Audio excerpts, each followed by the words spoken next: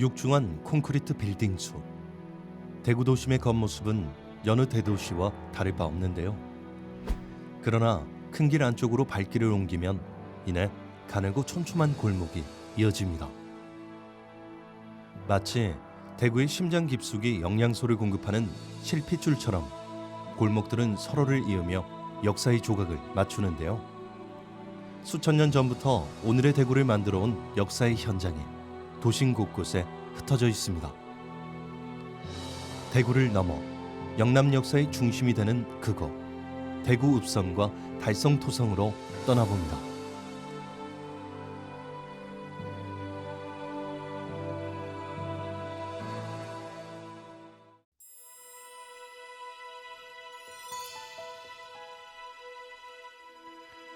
대구 중앙로. 오래된 듯한 성벽이 눈길을 사로잡는데요. 지나는 이들의 발길을 세우는 이것은 대구 읍성의 모습을 재현한 조형물입니다.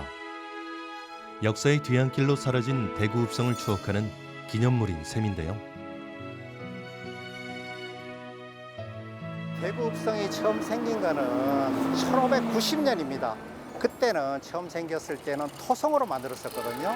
근데 안타깝게도 2년 뒤 임진왜란이 일어나면서 일제히해서 다 파괴가 되고 허물어지고 다시 140년 뒤인 1736년 그때 새로 석성으로 만들어지게 되거든요.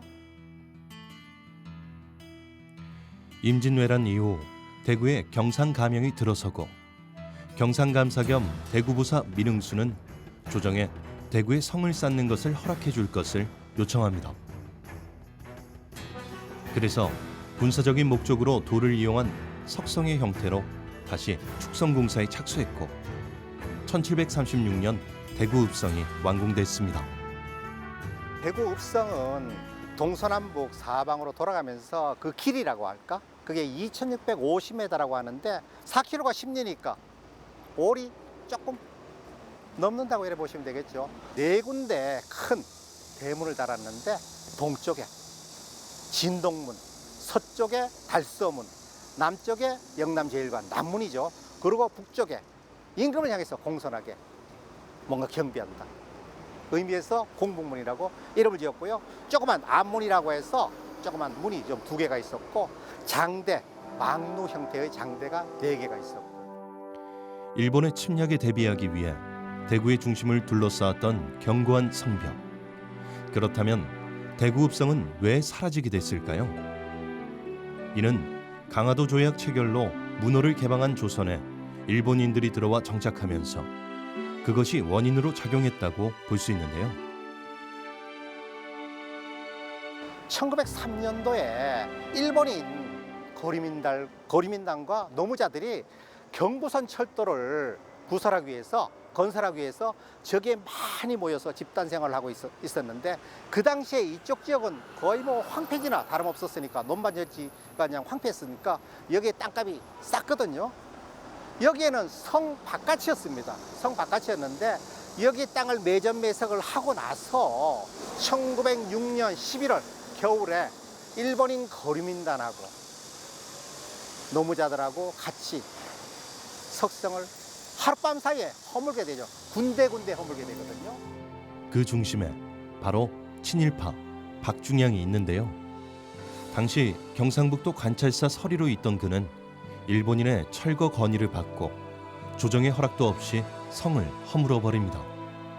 당시 읍성 안으로 북동쪽에는 경상도 전체의 정치, 행정, 군사의 중심지였던 경상가명이 그리고 경상가명을 중심으로 대구부의 관청들이 즐비했는데요.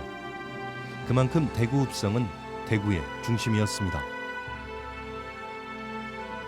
발칵 뒤집혔죠. 대구 부민들이. 그래서 중앙정부에 장계를 올려서 함부로 석성을 막 허물었다. 박중양은 박중양대로 도시계획을 새로 정비하기 위해서 석성이 오래되고 허물리고 이래갖고 새로 보수하기보다는 허물고 새로운 도로를 개설하는 게 낫겠다. 청원을 받아주십시오 하고 나름대로 정당성을 부여받기 위해서 했는데 장계를 올렸습니다만 거부가 됐는데 감히 임금의 명령을 거부한 그런 입장이었는데 이등 방문이란 일제 총독이 뒤에 버티고 있어서 박중양을 상당히 양자라고 할 정도로 아끼고 있었는데 평안북도 관찰사로 영전을 시키게 됩니다. 그래서 허물어지게 되죠. 읍성이.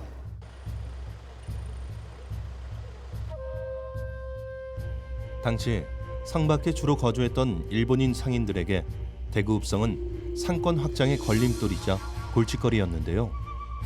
1905년 대구역이 개통하면서 철거 요구는 더욱 거세졌고 이후 철거가 됐습니다.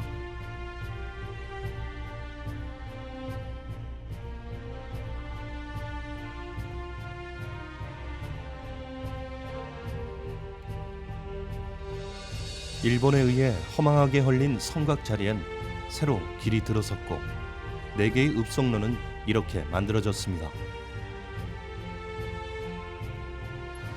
1906년 겨울부터 1907년 대구읍성을 허물면서 성 안과 성 바깥이 없어지니까, 경기가 없어지니까 땅값이 과거에는 3배, 4배, 5배까지 됐었는데 하루아침에 땅값이 같이 되고 박중양에 의해서 십자도로를 개설함으로 해서 땅값이 10배 이상 뛴 곳도 있고 할 정도니까 상당히 경제적인 어떤 이득을 얻기 위해서 석성을 허물었다는 사실이죠. 비록 그 옛날 대구 읍성은 만날 수 없지만 읍성을 허문 돌로 제작했다는 조형물을 비롯해 청라언덕의 선교사 저택 역시 대구 읍성의 성돌로 쌓아 올려 그 기품을 더하고 있습니다. 중국에서 과거에 우리나라를 일컬어 석성의 나라라고 얘기할 정도로 많은 석성들이 우리나라에 있었거든요. 그런 석성의 흔적들이 거의 다 없어지고 전국에 남은 곳이 얼마 안 됐는데 지금이라도 대구의 석성을 일부라도 좀 복원을 좀 할 수 있는 어떤 기회가 있다면은 조금 역사적인 의미를 다시 우리가 반추해서 새기는 그런 의미가 되지도 않겠나 하는 그런 생각이 좀 들죠.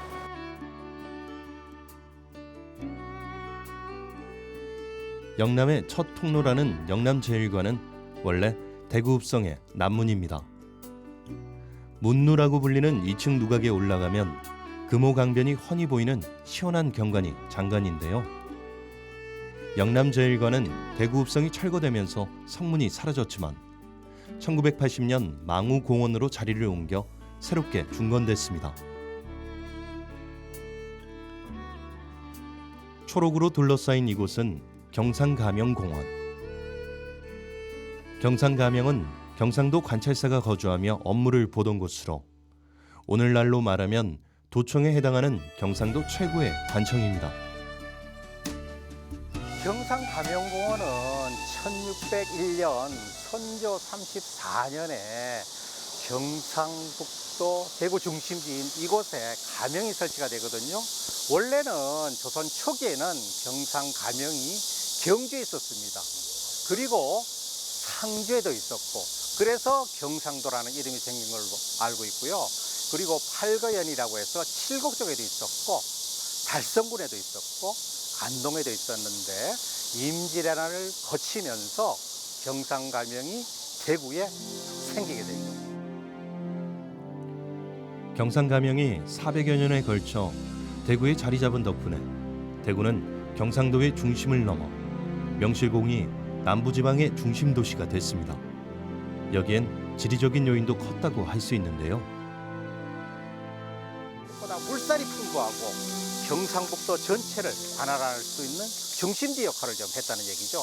경주나 상주 같은 경우에는 영남 좌우도를 관할할 수는 있습니다만은 위치상으로, 지리상으로 중심지 역할은 좀 못했고 여기 대구 같은 경우에는 낙동강을 끼고 있으니까 아무래도 물산이 풍부하게 집산되는 경제적으로 자립할 수 있는 어떤 기반도 있었다고 그래 보면 좋을 것 같습니다. 중요한 사실 하나는 임진왜란이 없었다면 과연 대구 이곳에 경상가명이 설치됐을까?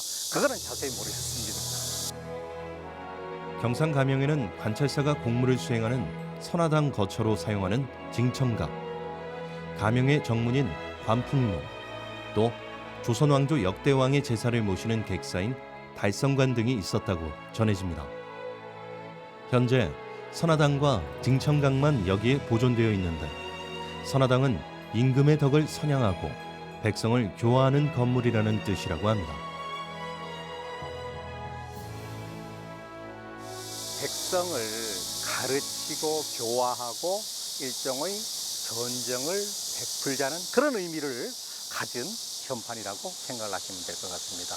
여기에서 일종의 동헌이라고 보시면 되겠는데요. 내 이놈, 네 죄를 네가 알렸다 라고 죄를 지지하기도 하고 각종 송사를 다루기도 하고 정치, 경제, 문화의 중심지가 여기가 아닌가 그런 생각이 좀 드는데요. 이곳에서 400년 동안 물론 뭐 중간에 한 3차례 불이 타고 없어지고 했고 이 건물은 한 200년 정도 역사를 갖고 있습니다만은 상당히 많은 이야기를 갖고 있는 그런 공간이고 여기에서 각종 행정, 정치, 경제, 문화, 법률, 조세 그런 거를 다 다루었고 전체를 관장했던 그런 공간이자 역사적인 의미가 있는 곳이라고 생각하면 되겠죠. 굳이 역사적인 의미가 아니어도 이곳 선화당은 공간이 주는 아름다움만으로도 그 가치를 인정받기에 손색이 없는데요.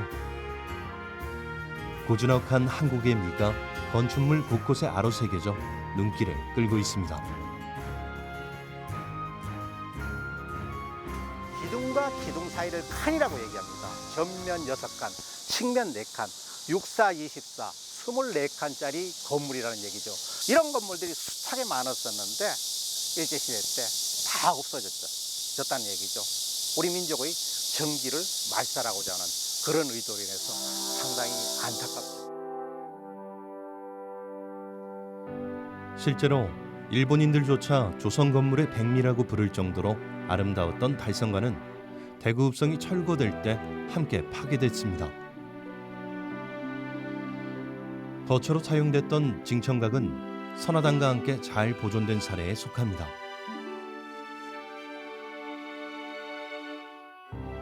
관청 건물로서는 현재 남아있는 게 거의 없다고 해도 과언이 아니거든요. 우리나라는 과거부터 전쟁의 피해를 많이 당해왔고 그리고 특히 6.25 동란을 거치면서 굉장히 많은 문화재들이 불에 타 없어지고 해서 상당히 안타까운 현실 속에 우리가 놓여 있다고 볼 수가 있는 겁니다.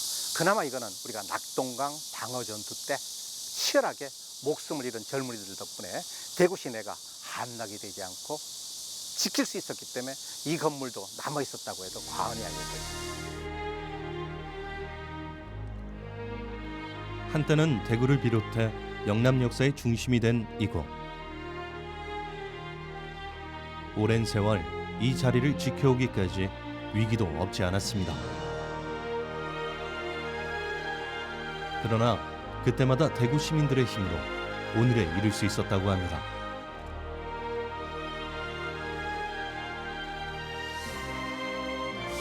(1910년부터) 경상북도 청사가 이곳에 존재를 하다가 1955년, 56년을 거치면서 포정동에서 상격동으로 경상북도 청사가 이전하고 난 뒤에 사실 그 뒤에 이 건물을 어떤 식으로 유지하고 보존할 것인가 하는 의견들이 분분했었는데 그나마 이걸 시민들한테 돌려주자라는 얘기를 해서 개발 논리에 휩쓸리지 않고 시민들한테 중앙공원이라는 이름으로 오픈하게 되죠.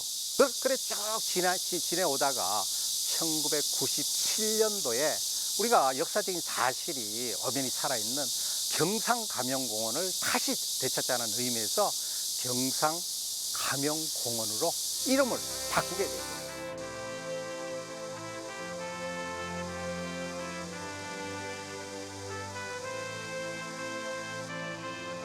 공원이라는 이름으로 다시 태어난 경상감영은 무더위 속 그늘막이 되어주고 누구나 잠시 쉬어갈 수 있는 넉넉한 쉼터가 되었습니다. 과거에는 중앙공원에 있을 때는 젊은 사람들이 사실은 어디 딴 데 가서 보고 즐길 것이 없어서 젊은이의 양지라고 할 정도로 많은 젊은 사람들이 찾아오고 있습니다만은 최근 들어서 워낙 SNS를 비롯해서 많은 볼거리, 즐길거리가 있다 보니까 젊은이들이 많이 찾지 않는 곳이 돼서 사실 굉장히 안타깝거든요.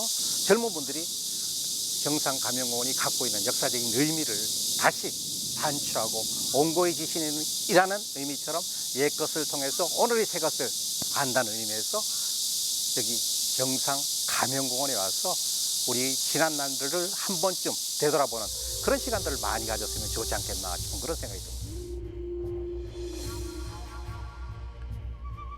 대구 읍성에 앞서 대구엔 우리나라에서 가장 오래된 토성인 달성 토성이 있는데요.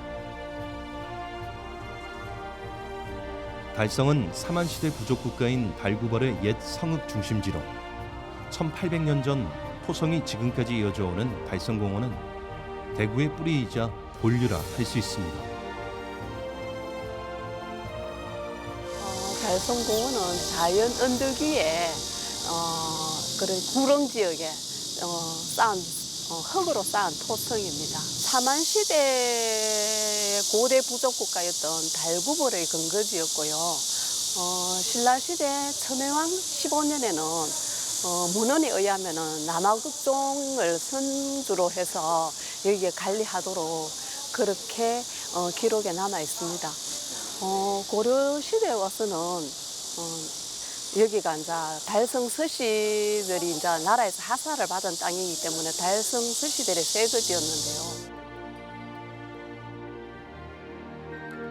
이곳은 고려 중엽 이후 달성 서씨가 대대로 살던 사유지였으나 조선 세종 때 서씨 문중이 헌납하여 국유로 귀속됐다고 합니다.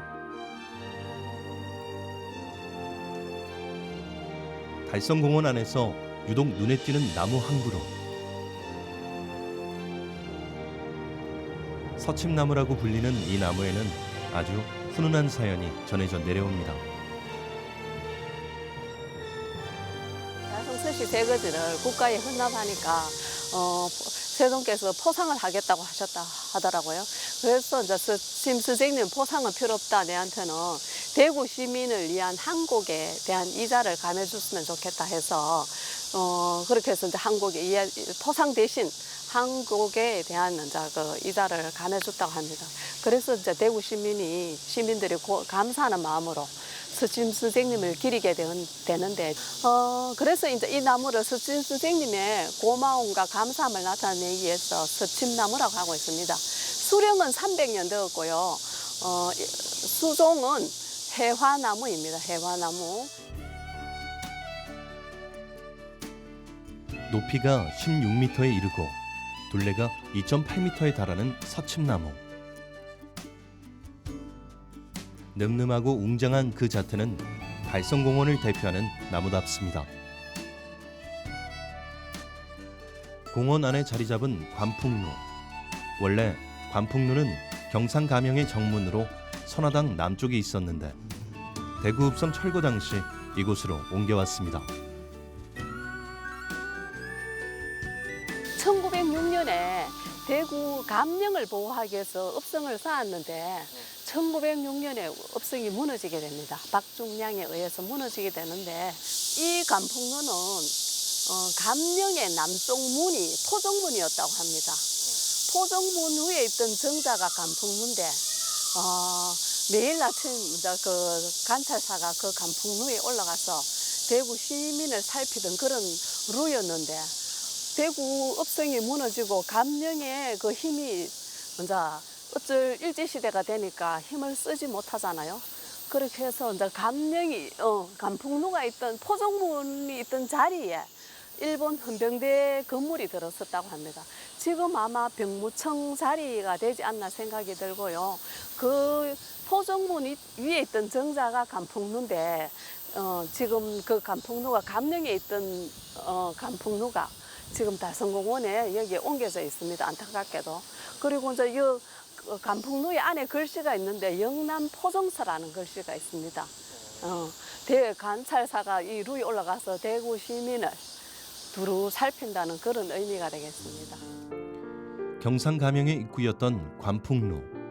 예전에 관풍루에서는 큰 북, 종, 나팔 등 풍악기구를 준비해 놓고 매일 밤 10시와 새벽 5시에 풍악을 울렸다고 하는데요.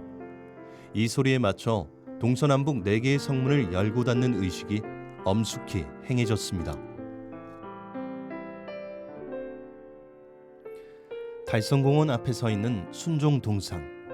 이는 1909년 순종의 남순행을 기념해 만든 것입니다. 당시 순행은 일제의 실권자 이토 히로부미가 순종을 앞세워 반일 감정을 누르기 위함이었는데요. 여기 달성군 들어올 때 보면은 순종 의가길이라고 만들어 놓은 길이 있죠. 순종 황제가 이토 히로부미하고 1909년에 이제 우리가 책에서 볼 때는 1910년에 한일 합방이 되었다고 공부를 배웠는데 1909년에 이제 여기 오게 됩니다. 이토 히로부미하고. 순종은 이토 히로부미의 강압적 요청으로 이른바 남소 순행을 떠났고 대구에 와선 달성 토성 안에 있는 신사에 들러 참배했다고 합니다. 왜 여기 이제 신사 참배를 시키느냐면은 일본의 근대화도 보여주고 그리고 의병 활동이 너무 심하니까 너희들은 이제 실권이 거의 다 임금님이 여기 와서 신사 참배를 하니까 일본한테 실권이 다 넘어갔다 이런 걸 보여주기 위해서 이제 두 번 일주일 단위로 두 번 오시게 됩니다. 이런 배경으로 순종 어갓길은 조선과 동시에 지금까지 비판의 목소리가 높습니다. 달성공원에선 다양한 동물들도 만날 수 있는데요. 꽃사슴 5마리로 시작된 동물원은 점점 규모가 커져 가족 단위의 관람객들이 많이 찾습니다. 1970년대 와서는 여기에 이제 공원도 조성되고 동물들이 70년대에 들어오게 됩니다. 1970년에. 그렇게 해서 대구 경북의 어린이들한테 보여줄 수 있는 동물을 생생하게 보여줄 수 있는 곳은 달성공원밖에 없고요. 그리고 이제 지금은 어른들의 휴식처, 어린이들의 이제 문화학습 공간으로 이용되고 있습니다.